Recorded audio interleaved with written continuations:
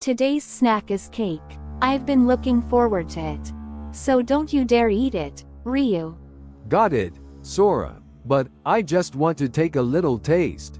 Wait, did you actually eat it? Ryu. Well, just a tiny bite. A tiny bite? There's almost nothing left. That's it, I'm putting a curse on you. Wait, Sora, I'll do anything. Just please don't curse me. Haha, alright then. I'll forgive you, but you've got to listen carefully. Because today's topic is all about ninja sorcery. Make sure you learn something. Really? You'll let me off the hook for that? Ninja sorcery. Huh, that actually sounds pretty interesting. Let's start with an introduction to the mystical arts used by ninjas. The world of ninjas was deeply intertwined with esoteric practices. Like in Myoto and astrology, we'll dive into each of these techniques in detail. Wow, we're really getting into the secret arts of ninjas. What kind of techniques did they have? First up is in Myoto. This is an ancient philosophy that came from China, where the idea is that everything in the world is governed by two opposing forces. Balancing yin and yang, huh? It's like they were one with nature. So when they moved at night, were they tapping into the power of yin? Exactly. Nighttime is when yin is at its strongest. So ninjas would often operate then to increase their chances of success. But that's not all. And Myoto also involves considering the auspicious and inauspicious directions. And ninjas use this to time their infiltration perfectly. I see, so it wasn't just about picking the night, but also considering the direction. And Myoto is really deep. I've also heard they worked with onmyoji, the practitioners of Myoto, to enhance their techniques. Is that true? That's right. By getting advice from onmyoji, ninjas could refine their strategies even further. Next, let's talk about astrology. Astrology is the belief that the movements of celestial bodies influence events on Earth. Ninjas use this to predict outcomes and determine the best times to execute their missions. So, they decided their actions based on the stars? Like some kind of star sign reading?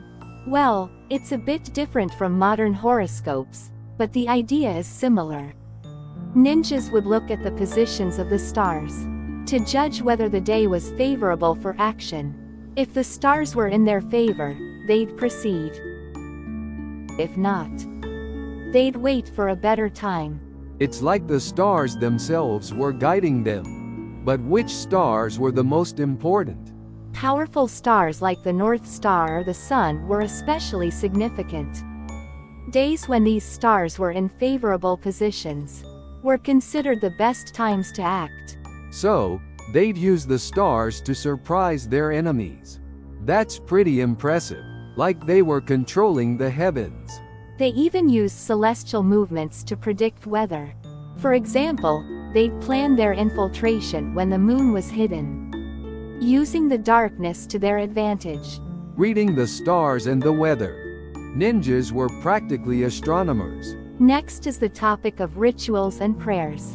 Ninjas performed various ceremonies and prayers to ensure the success and safety of their missions. These included protective rituals and curses aimed at their enemies. So they really prepared thoroughly before missions. What kind of rituals did they perform? For example, they followed the concept of Shijin Soo, which involves worshipping the four gods of the East, West, South, and North to maintain balance and ward off evil. This helped ninjas stay calm and focused on their missions. I see. Thinking the gods are on your side would definitely give you confidence on a dangerous mission. But you mentioned curses too. What kind of curses did they use? Curses involved chanting specific incantations or using talismans to bring misfortune to their enemies. For example, they might cast a spell to confuse the enemy's mind, making them lose their judgment. Whoa, that's intense. It's like psychological warfare, weakening the enemy's mind before they even fight. Ninjas weren't just physically skilled, they were mental warriors too. Exactly. Ninjas excelled at mental warfare.